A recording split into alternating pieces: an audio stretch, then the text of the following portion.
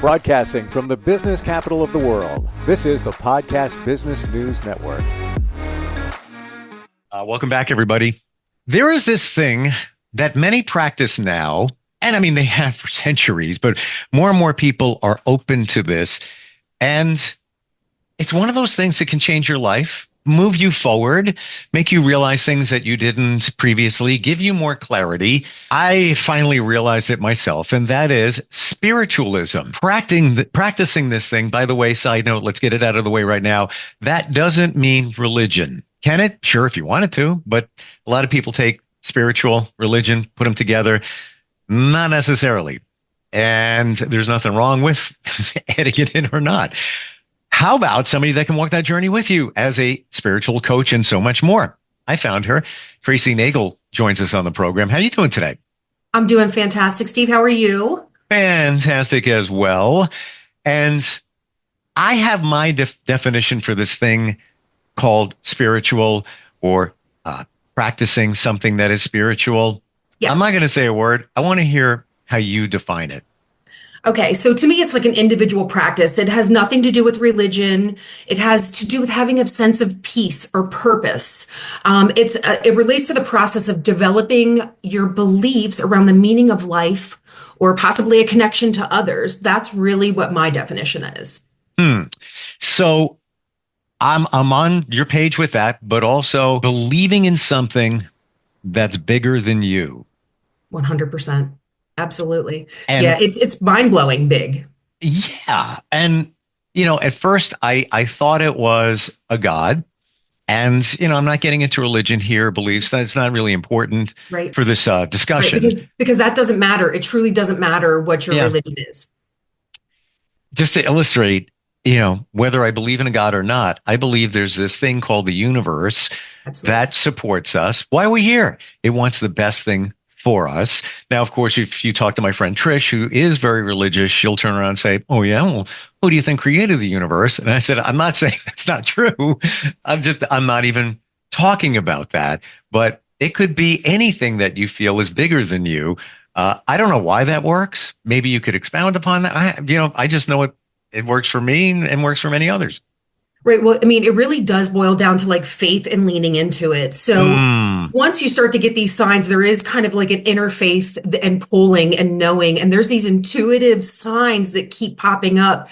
Like today, for instance, today is 1111 portal. So in the spiritual realm, this is like the penultimate number, a day of portal. This is about manifesting and whatnot. So yes, there is so much that's going on out there. When you think of this bigger picture of spirituality or leaning into it or faith, you'll start to realize that when you open your mind to these things, that these hits or these downloads, this information starts to trickle into you in the craziest ways. So you'll see whether it's a sign, whether it's an angel number or something you just, you ask for a sign. These things just start to pop up. You have to follow them. Really, it's just like a little paper. You got to follow the trail.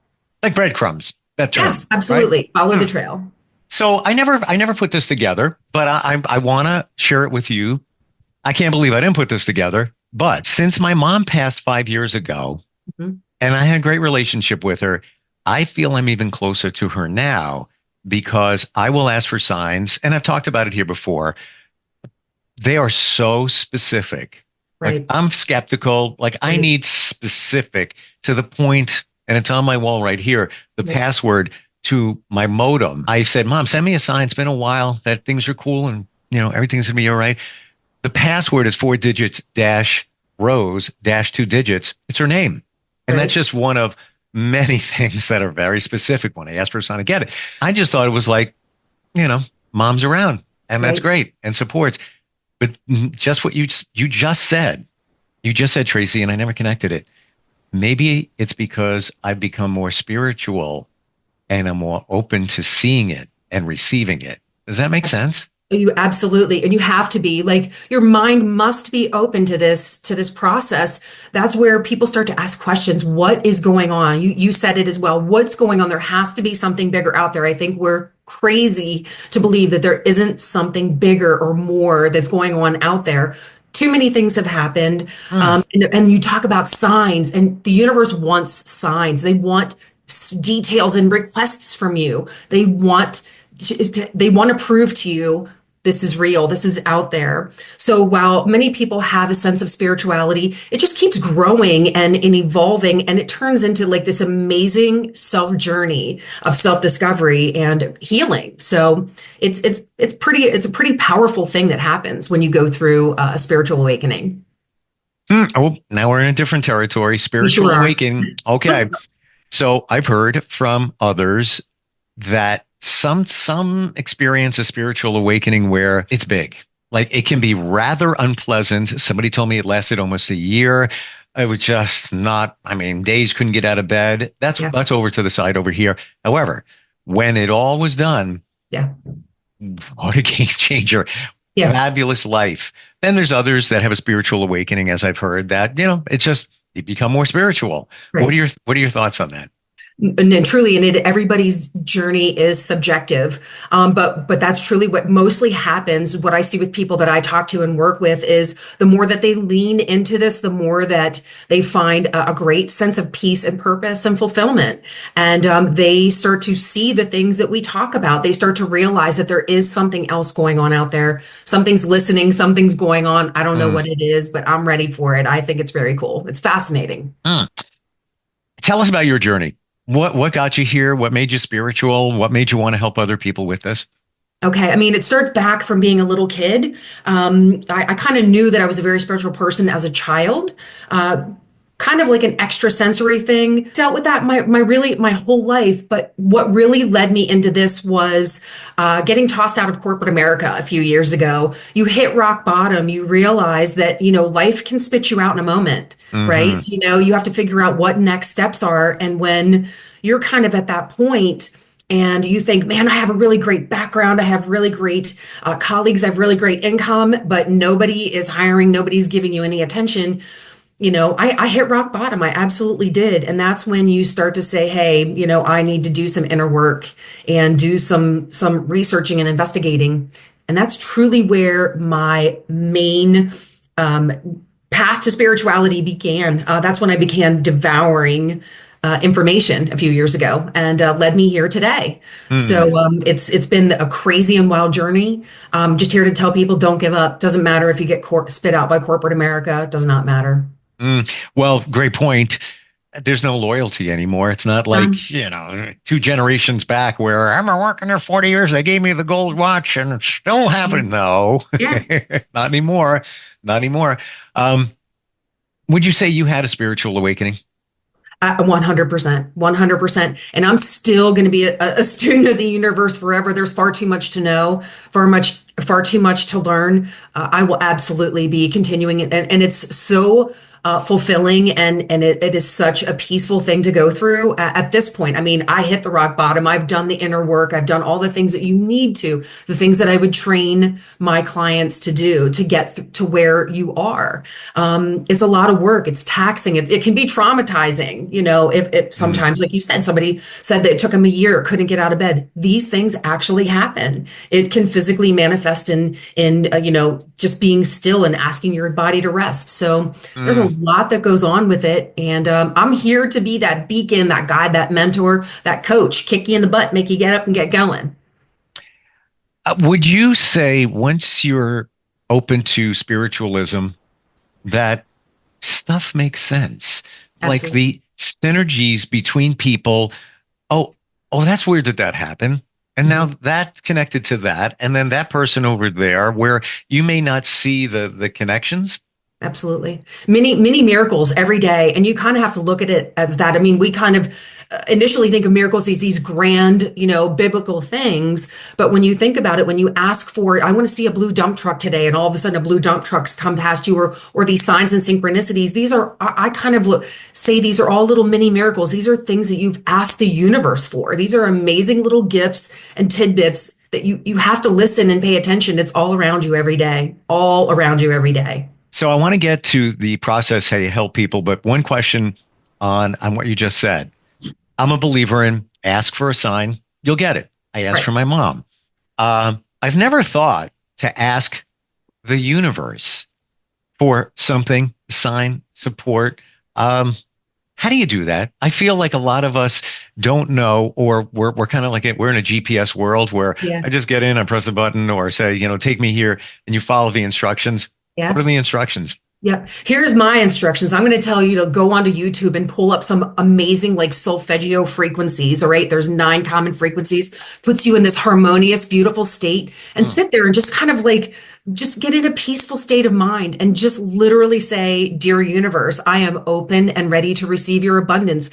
I am open and ready to receive your miracles, your flow of life, whatever it is that you're asking for." You literally just can stand there and ask it, just like beautiful affirmations every day. The universe is there for you to speak to. The universe can be considered source. It can be considered God. It can be considered your angels, guardians, archangels. It can be so many different things for each different person. So when it comes to you coaching somebody with spiritualism, does that also include things like practicing gratitude and things like that? I live by a state of gratitude anymore. That is one thing that it taught me, is you living in a state of gratitude for all the things that come at you, grounding yourself, getting rid of your ego. That's the things that I'm going to work on people with, is like getting rid of your ego, shedding all of these things, grounding yourself, practicing gratitude. Learning to make peace with yourself, own your bad shit, own your karma, take care of your business. There's a lot of self-healing that's got to go on. That's part of the process, is to knock that stuff out of you. Self-healing is huge part of it. And owning your bad behavior, owning things that you did in the past, good, bad, or indifferent, owning it, clearing it up, and moving forward. So I'm seeing this in a whole different light. I've never met a spiritual coach, and all these separate things we're talking about, I've been working on practicing along the way, but it comes from all different areas: metaphysical, energy, on and on and on. You're the one-stop shop for all of that. Absolutely. My brain never stops. So no, everybody's in for a great treat with me. I'm a lot of fun. I'm a ball of energy. I can be fiery, but I'm passionate. I'm deeply passionate. This called me. I didn't think I woke up one day and said, I just want to be a spiritual guide. It called to me. And so this was part of my awakening. This is part of my journey, where everything that has happened to me over the past few years led me to this moment. And I want to be that beacon. I want to be that light. I want to be that coach, that cheerleader, whatever you want to call me, for those people out there that are like-minded. Did this happen for you because of an event or something in your life that was big, that set you on this path as well? Yeah, well, it started from childhood. I knew that there was something going on in my background from childhood. I knew that I'm a twin. My sister and by the I. way, so am I. Yep. Are you a twin? Okay. Fraternal or identical? Fraternal. Fraternal as well. I have a twin sister. Do you have a twin? Is this boy or girl twin? Twin sister. Twin sister. Fantastic. How funny. So, yeah. Wait a minute. Synergy. There's Absolutely. I'll bet you if we keep going, we'll find other things, because there's no coincidences. And I think you'll agree with that. Right. What are the chances of the bazillions of people on the planet and on a podcast and twins? Right. Right. Absolutely. And there's already like power in being a twin, as you may know. So mine started in first grade. My sister and I are in the same classroom together, and we would take a test, and the teachers were like, "You're cheating." But we weren't. So they separated. My apologies for that. They separated us. And it's continued. So we would get the same questions wrong the same way. And they were convinced. That's when they started to realize something was going on. And we started to do some kind of like unique things. Fast forward over the years. And we did realize that there was some empath, intuitive nature to us, some extrasensory nature, especially between my sister and I. It's so much fun. We have so much fun with it. Honing and developing that constantly as we speak. Do you have any form of ESP with your sister?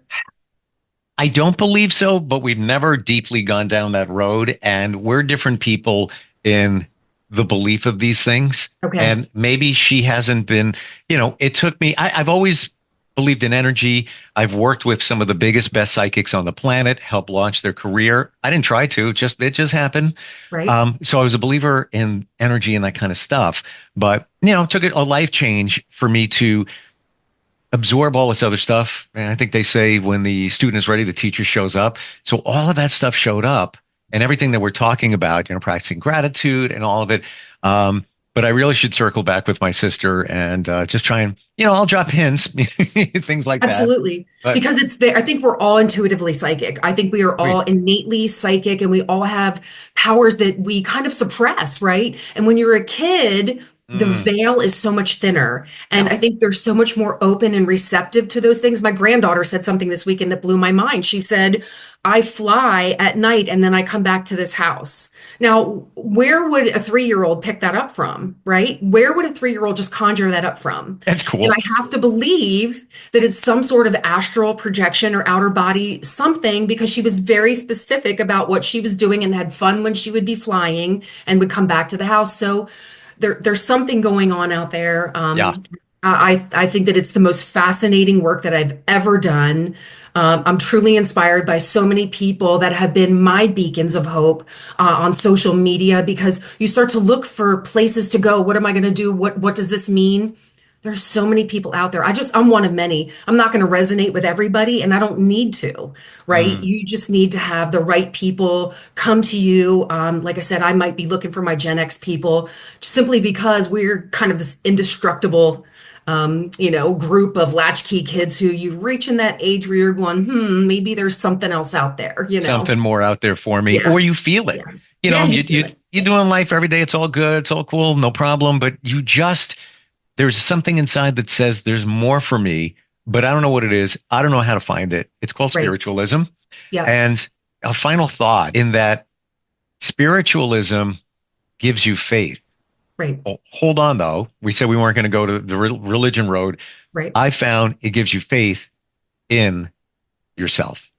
Absolutely. And that's what it's truly about. Your self-love, self-belief. And the more that you radiate that beauty and that love and that, that self, belief, the more that you're just going to be better in every aspect of your life. So cool. Game changer, people. I know it's woo-woo. I get it. I agree. Right. However, once you figure it out, feel it, harness the power of it, and all the things that we're talking, and there's lots to talk about.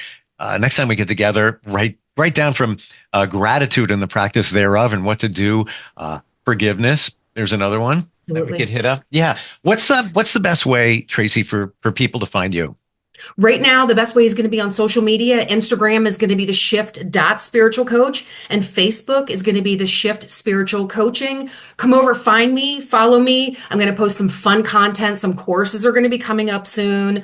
Things are happening in the background, but for now, let's just get this ball rolling. Let's get the party started. I'm here to be a beacon for everybody.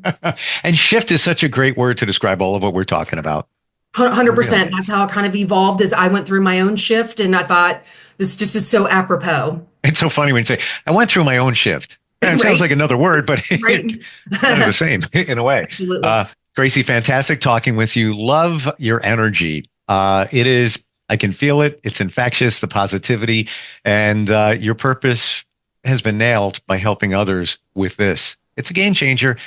Looking forward next time we get together. Thanks, Steve, so much. Thank you so much. Have a great day. You too. We'll be right back. Hi, my name's Tracy Nagle, and I'm the founder of the Shift Spiritual Coach.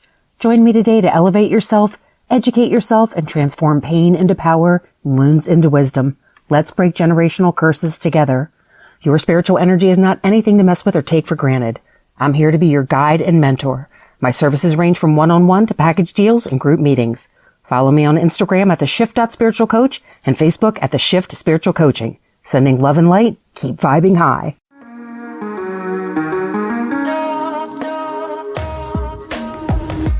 Broadcasting from the business capital of the world, this is the Podcast Business News Network. Hey, Dad, how do airplanes fly? What's in this box? Can I touch this? Where does sand come from? Is this tree good for climbing? What happens if I mix these two things together? How are babies made? What does this thing do? Kids are curious about everything, including guns. Talking to them about gun safety in your home is a good first step, but you can do more. Always keep your guns locked, unloaded, and stored separately from ammunition. Storing your guns securely is the best way to prevent family fire, including unintentional shootings. For more information on safe gun storage and ways to keep your family safe, visit endfamilyfire.org. That's endfamilyfire.org. What do we keep in the attic? What's this thing called? Can I ride my bike backwards? Like I said, kids are curious. It's up to us to keep them safe. Brought to you by End Family Fire, Brady, and the Ad Council.